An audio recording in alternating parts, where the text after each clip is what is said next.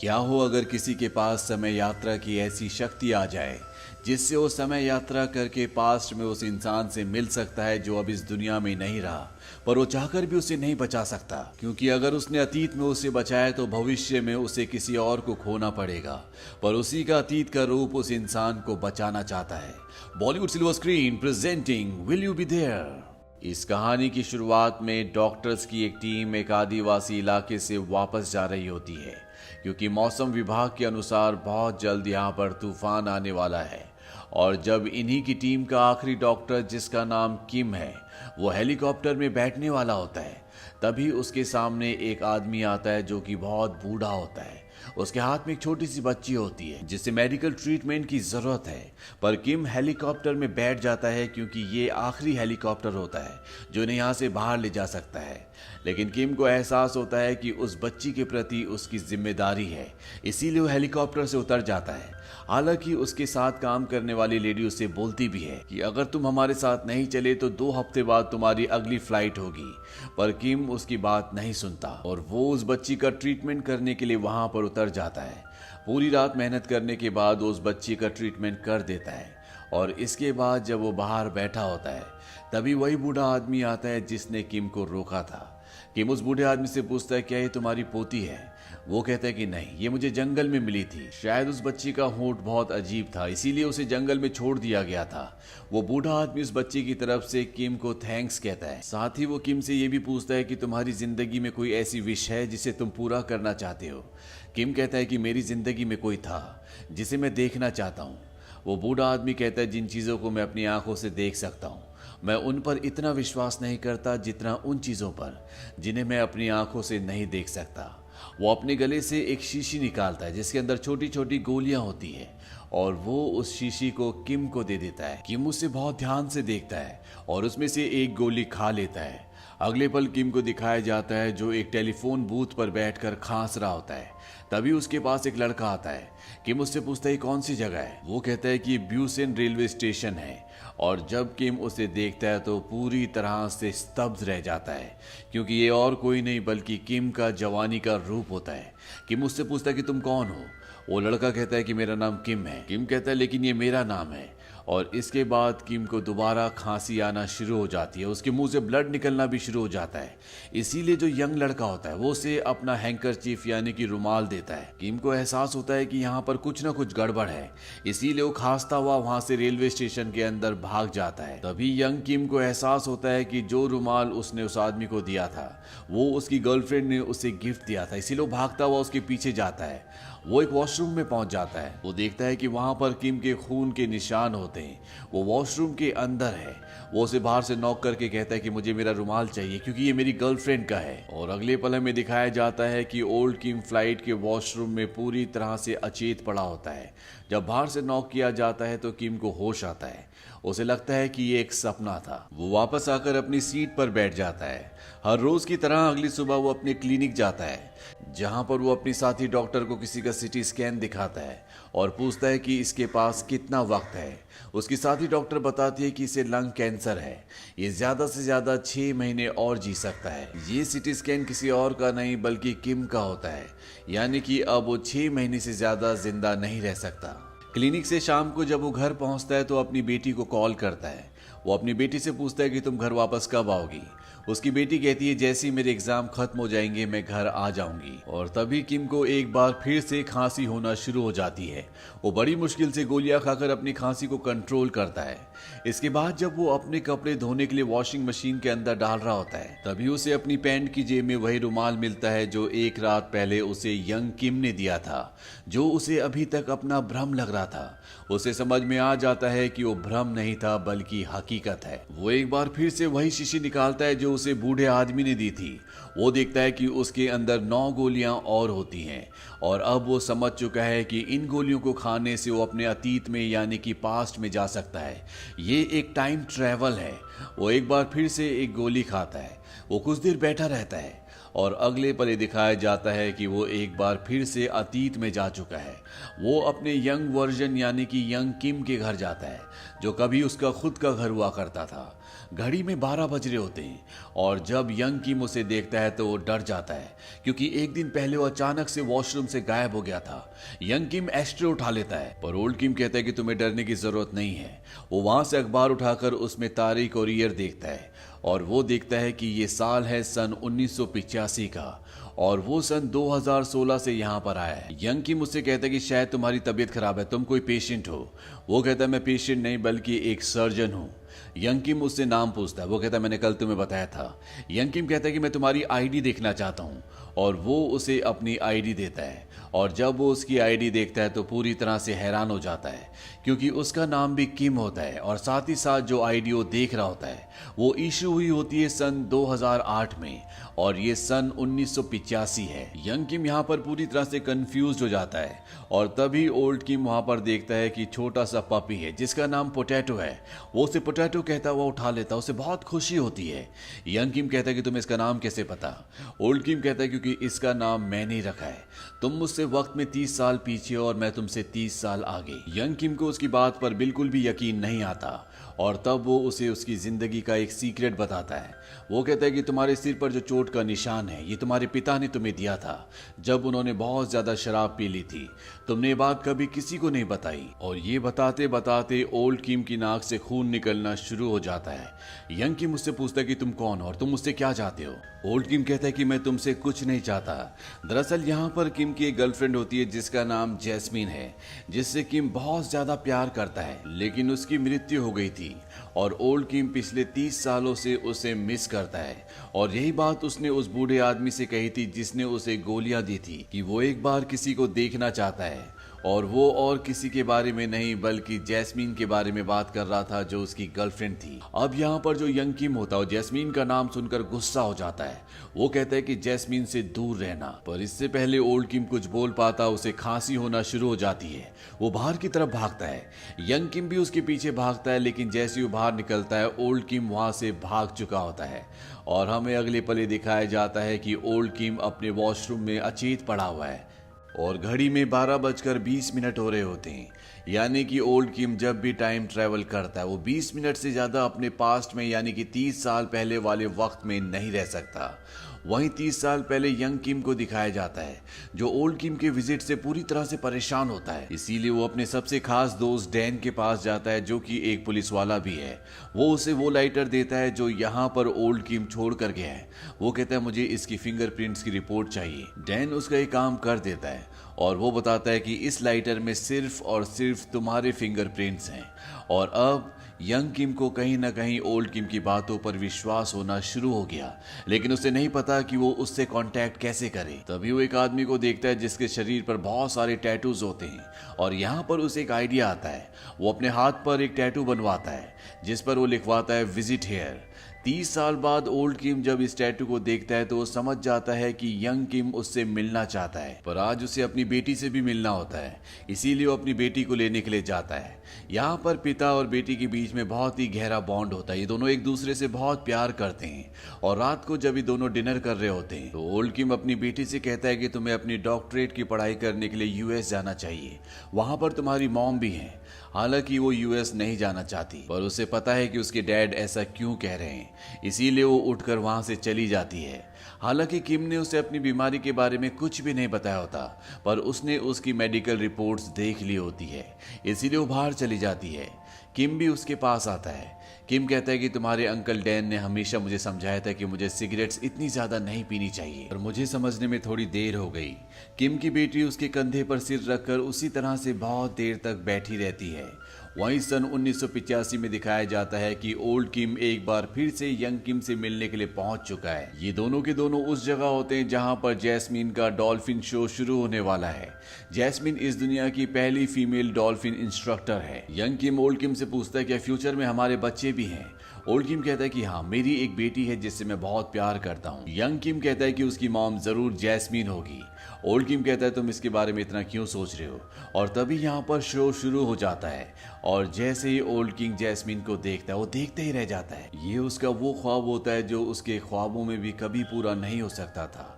यहाँ पर उसकी तबीयत एक बार फिर से खराब होना शुरू हो जाती है, यानी कि उसके 20 मिनट पूरे होने वाले हैं। वो यंग किम को कहता है कि ये मेरा लास्ट विजिट था, मैं जा रहा हूँ।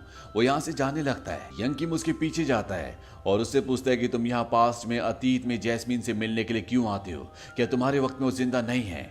हालांकि ओल्ड किम उसे कुछ बताना नहीं चाहता। वो कहता है कि तुम्हें वक्त आने पर सब कुछ पता चल जाएगा। पर जब यंग किम बहुत ज्यादा प्रेशराइज करता है तो ओल्ड किम उसे बता देता है कि बहुत जल्द उसकी मृत्यु होने वाली है। यंग किम पूछता है कि कैसे, पर इससे पहले कि ओल्ड किम उसे बताता उसका वक्त हो जाता है और वो वहां से गायब होकर वापस अपने वक्त में आ जाता है। पर सन 1985 में यंग किम पूरी तरह से परेशान हो जाता है और जब वो जैस्मिन के साथ गाड़ी में होता है तो बहुत ज्यादा इमोशनल हो जाता है। वहीं फ्यूचर में ओल्ड किम को दिखाया जाता है जो रिकॉर्ड पर गाना सुन रहा होता है और तभी उसका रिकॉर्ड बंद हो जाता है और जब वो रिकॉर्ड चेक करता है तो उस पर एक मैसेज होता है और ये मैसेज सन 1985 से यंग किम ने लिखा होता है। इस पर लिखा होता है कि मॉम की एल्बम को देखो और जब वो मॉम की एल्बम खोलता है तो वहां पर एक लेटर होता है जो सन 1985 में यंग किम ने रखा होता है और ठीक 30 साल बाद यहाँ पर ये ओल्ड किम को मिलता है। इस पर यंग किम ने लिखा होता है कि तुम मुझे आधी बात बताकर चले गए, अब मैं पूरी तरह से परेशान हूँ।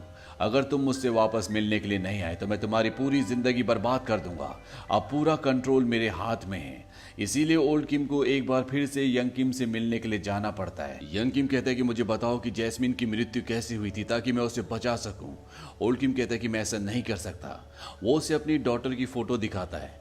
वो कहता है कि अगर जैस्मिन बच गई तो तुम दोनों शादी कर लोगे और फ्यूचर में जो मेरी बेटी है वो कभी पैदा नहीं हो पाएगी। दरअसल फ्यूचर की जो उसकी बेटी होती है उसकी मॉम कोई और होती है। यहाँ पर यंग किम पूरी तरह से परेशान हो जाता है क्योंकि वो जानना चाहता है कि जैस्मिन की मृत्यु कब, कहां और कैसे हुई थी ताकि वो उसे बचा सके। पर ओल्ड किम कहता है कि मैं एक शर्त पर तुम्हें बता सकता हूँ, इससे मेरी बेटी फ्यूचर में मेरे साथ भी रहेगी और जैस्मिन की जान भी बच जाएगी। यंग किम पूछता है कि वो रास्ता क्या है। ओल्ड किम कहता है कि उसकी जान बचाने के बाद तुम्हें उससे ब्रेकअप करना होगा और ठीक उसी तरह से रहना होगा जिस तरह से तुम उसके मरने के बाद रहते। इस तरह से तुम फ्यूचर में उस लड़की से मिल पाओगे जिससे तुम्हारी बेटी होगी और आने वाला भविष्य ठीक वैसे ही होगा जैसा कि अब है, यानी कि मेरी बेटी मेरे साथ रहेगी। यंग किम को ना चाहते हुए भी उसकी बात माननी पड़ती है। ओल्ड किम यहाँ से चला जाता है। 2 महीने बाद दिखाया जाता है कि सन 1985 में यंग किम को एक कॉल आता है। उसे बताया जाता है कि उसके पिता बहुत बीमार है। वो भागता हुआ अपने पिता से मिलने के लिए जाता है। उसके पिता आज भी उसकी मॉम को गाली दे रहे होते हैं। दरअसल किम के पिता एक अच्छे इंसान नहीं थे। उन्होंने हमेशा किम को और उसकी मॉम को परेशान किया। वो एक ऐसी शख्सियत नहीं थे जिन्हें किसी से मिलवाया जा सके। इसीलिए जैस्मिन भी किम के पिता के बारे में कुछ भी नहीं जानती थी। किम और जैस्मिन पिछले 2 महीनों से नहीं मिले और अब किम की 3 दिन की छुट्टी है। किम को उससे मिलने के लिए जाना होता है पर वो अपने पिता को छोड़कर नहीं जा सकता। जैस्मिन कहती है कि मैं तुमसे मिलने आ जाती हूँ, पर किम नहीं चाहता कि वो उसके डैड से मिले। वो उसे मना करने वाला होता है कि यहाँ पर ओल्ड किम आ जाता है। वो कहता है कि अगर तुमने जैस्मिन को यहाँ पर नहीं आने दिया तो उसकी मृत्यु हो जाएगी। वो उसे अगले दिन का न्यूज़पेपर दिखाता है जो वो फ्यूचर से लाया होता है, जिसमें ये लिखा होता है कि जैस्मिन की डॉल्फिन की जान बचाते हुए मृत्यु हो गई। ओल्ड किम कहता है कि अगर तुमने उसे यहाँ नहीं आने दिया तो वो अपनी डॉल्फिन जो कि बीमार होती है उसे बचाने के लिए जाएगी और उसकी मृत्यु हो जाएगी। यंग किम उसे यहाँ बुला लेता है पर यहाँ जब जैस्मिन पहुंचती है तो वो उससे ब्रेकअप कर लेता है। हालांकि ऐसा करने से वो पूरी तरह से टूट जाता है पर उसके पास इसके अलावा कोई भी रास्ता नहीं है। उसके डैड की मृत्यु हो जाती है और जब उसके डैड के फ्यूनरल पर उसका सबसे अच्छा दोस्त डैन आता है, वो फ्रस्ट्रेशन में उसे भी अपनी जिंदगी से दूर जाने के लिए कहता है और यहाँ पर इन दोनों की दोस्ती जो कि बहुत गहरी होती है वो हमेशा के लिए टूट जाती है। वहीं फ्यूचर में दिखाया जाता है कि ओल्ड किम अपने सबसे अच्छे दोस्त डैन से मिलने के लिए जाता है पर जब डैन ओल्ड किम को देखता है तो पूरी तरह से हैरान होता है। वो कहता है कि 30 साल बाद अचानक तुम मुझसे मिलने क्यों आ गए? तुम भूल गए तुमने मेरे साथ और जैस्मिन के साथ क्या किया था? यानी कि 30 साल पहले फ्यूनरल वाले दिन इन दोनों की दोस्ती टूट गई थी। उसके बाद इन दोनों ने कभी भी बात नहीं की। ओल्ड किम वापस अपने घर आ जाता है और तभी उसे डैन का कॉल आता है, जो कुछ देर पहले उससे बात भी नहीं करना चाहता था। वो उसे कहता है कि तुम घर आ जाओ, हम पार्टी करेंगे, मैं कब से तुम्हारा इंतजार कर रहा हूँ। ये सुनकर ओल्ड किम पूरी तरह से हैरान होता है। वो कहता है मैं तुमसे बाद में बात करूंगा। और जब वो अपने मोबाइल फोन की होम स्क्रीन देखता है तो वहां पर जो उसने अपनी बेटी की फोटो लगाई थी वो गायब हो चुकी होती है। इस बात से वो परेशान हो जाता है और वो उस वॉल के पास जाता है जहां पर उसकी बेटी की फोटोज होती हैं और यहाँ से फोटोज धीरे धीरे गायब हो रही होती हैं।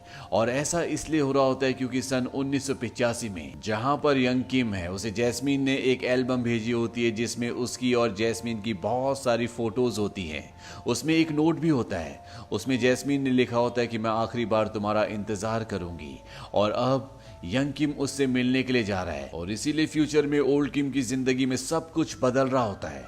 यंग किम जैस्मीन से मिलने के लिए पहुंच जाता है, वो सड़क की दूसरी तरफ होती है, पर इससे पहले कि वो सड़क पार करके यंग किम के पास आती, एक गाड़ी उसे टक्कर मारकर उड़ा देती है। और इसके तुरंत बाद ही यानी कि सन 2016 में जहां पर ओल्ड किम है वहां पर सब कुछ ठीक हो जाता है, उसकी बेटी की फोटोज वापस आ जाती है। पर ओल्ड किम अब समझ चुका है कि पास्ट में कुछ तो गड़बड़ हुई है जिसकी वजह से यहाँ पर सब कुछ बदल रहा था। वो न्यूज़पेपर में जैस्मीन की खबर पढ़ता है जिसमें लिखा होता है कि जैस्मीन का एक्सीडेंट हुआ था जिससे उसके ब्रेन में ब्लड क्लॉटिंग हो गई और इस वजह से उसकी मृत्यु हो गई। ओल्ड किम एक गोली खाता और वापस सन 1985 में पहुंच जाता है जहां पर जैस्मीन हॉस्पिटल में है। उसके पास यंग किम भी होता है। यंग किम कहता है कि मुझे माफ कर दो, मैंने अपना वादा तोड़ा। पर ओल्ड किम किसी भी तरह से जैस्मीन को बचाना चाहता है। उसने न्यूज़पेपर में पढ़ लिया था कि उसके सर के अंदर ब्लड क्लॉटिंग हुई है और 2016 में जिस वक्त से वो यहाँ पर आया है उस वक्त में ऐसी सर्जरीज बहुत नॉर्मल होती है, इसीलिए वो यंग किम के साथ मिलकर सर्जरी करना शुरू करता है।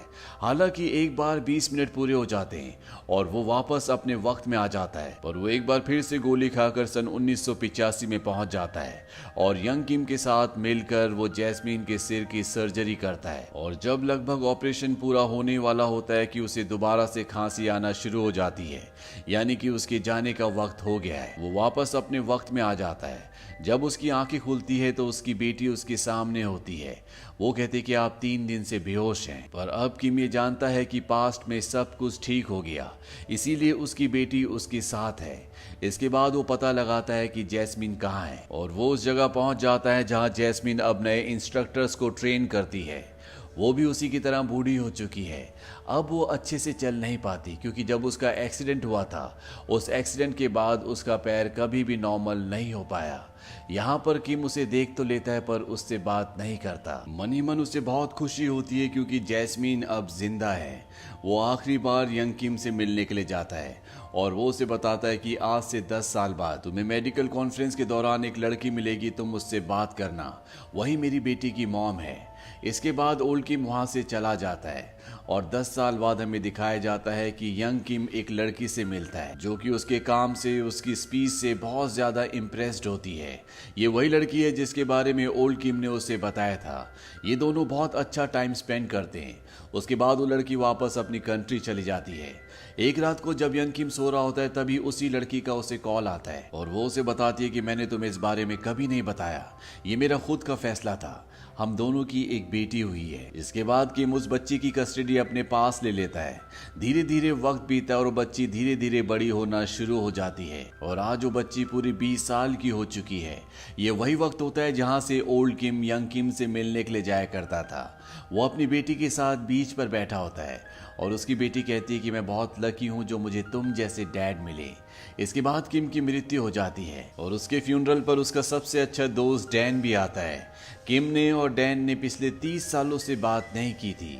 किम की बेटी डैन को पहचान लेती है और वो उसे एक डायरी देती है। वो कहती कि डैड ने कहा था कि डायरी तुम्हें दे दे, वो जानते थे कि तुम उनके फ्यूनरल पर आओगे। और जब डैन उस डायरी को पढ़ता है तो पूरी तरह से हैरान हो जाता है क्योंकि किम ने उस डायरी में अपने टाइम ट्रेवल के बारे में सब कुछ लिखा होता है। उसने ये भी लिखा होता है कि क्यों जैस्मीन से वो हमेशा के लिए अलग हो गया। ये सारी सच्चाई जानने के बाद डैन जैस्मीन के पास जाता है। वो उसे किम की मौत की खबर देता है जिससे वो बहुत दुखी होती है। साथ ही साथ वो जैस्मीन को किम की डायरी भी दे देता है है, यानी कि अब जैस्मिन को भी पूरा सच पता चल जाएगा। इसके बाद अगले दिन जब डैन बैठा होता है तो वो हिसाब लगाता है कि किम ने कितनी गोलियां खाई और वो समझ जाता है कि एक गोली अभी भी बाकी है। वो किम के घर जाता है और उसे वो गोली मिल जाती है। वो उस गोली को खाकर पास्ट में यानी कि 30 साल पहले पहुंच जाता है, जहां पर वो देखता है कि यंग किम सिगरेट पी रहा होता है। वो उसकी सिगरेट छीन कर नीचे फेंक देता है। वो कहता है कि तुम अपनी जिंदगी बर्बाद क्यों कर रहे हो, तुम्हें ये सब नहीं करना चाहिए।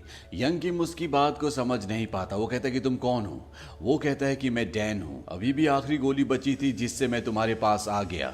दरअसल ये यंग किम का वो टाइम होता है जब वो ओल्ड किम से मिल चुका होता है, इसीलिए उसे टाइम ट्रेवल के बारे में, पिल्स के बारे में पता होता है। डैन यंग किम को कहता है कि हमने 30 सालों तक बातें नहीं की, इससे पहले कि मैं तुमसे दोबारा मिलता तुम्हारी मृत्यु हो चुकी थी। वो यंग किम से बहुत बातें करता है, लेकिन उसे ये बताना भूल जाता है कि उसे लंग कैंसर हुआ था। अब उसका टाइम हो जाता है और वापस वो अपने वक्त में आ जाता है। उसे इस बात का बहुत दुख होता है कि उसने यंग किम को लंग कैंसर के बारे में कुछ भी नहीं बताया।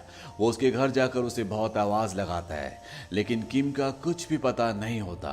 वहीं दूसरी तरफ ये दिखाया जाता है कि जैस्मिन से मिलने के लिए किम पहुंच चुका है, यानी कि किम ने सिगरेट पीना छोड़ दिया था। वो समझ गया था कि डैन ने उसकी सिगरेट छीनकर इसीलिए फेंकी थी क्योंकि उसकी मौत का कारण यही सिगरेट थी। यहाँ प्रेजेंट टाइम में दिखाया जाता है कि किम और जैस्मिन अब एक दूसरे के सामने हैं। किम जैस्मिन को कहता है कि कितने वक्त से हम एक दूसरे से दूर हैं, और ये दोनों एक दूसरे को गले लगा लेते हैं। इसी के साथ ये फिल्म, ये कहानी यहीं पर खत्म हो जाती है। ये फिल्म ईयर 2016 में रिलीज हुई थी। IMDb पर इसकी रेटिंग है 7। उम्मीद करते हैं कि ये कहानी आपको पसंद आई होगी।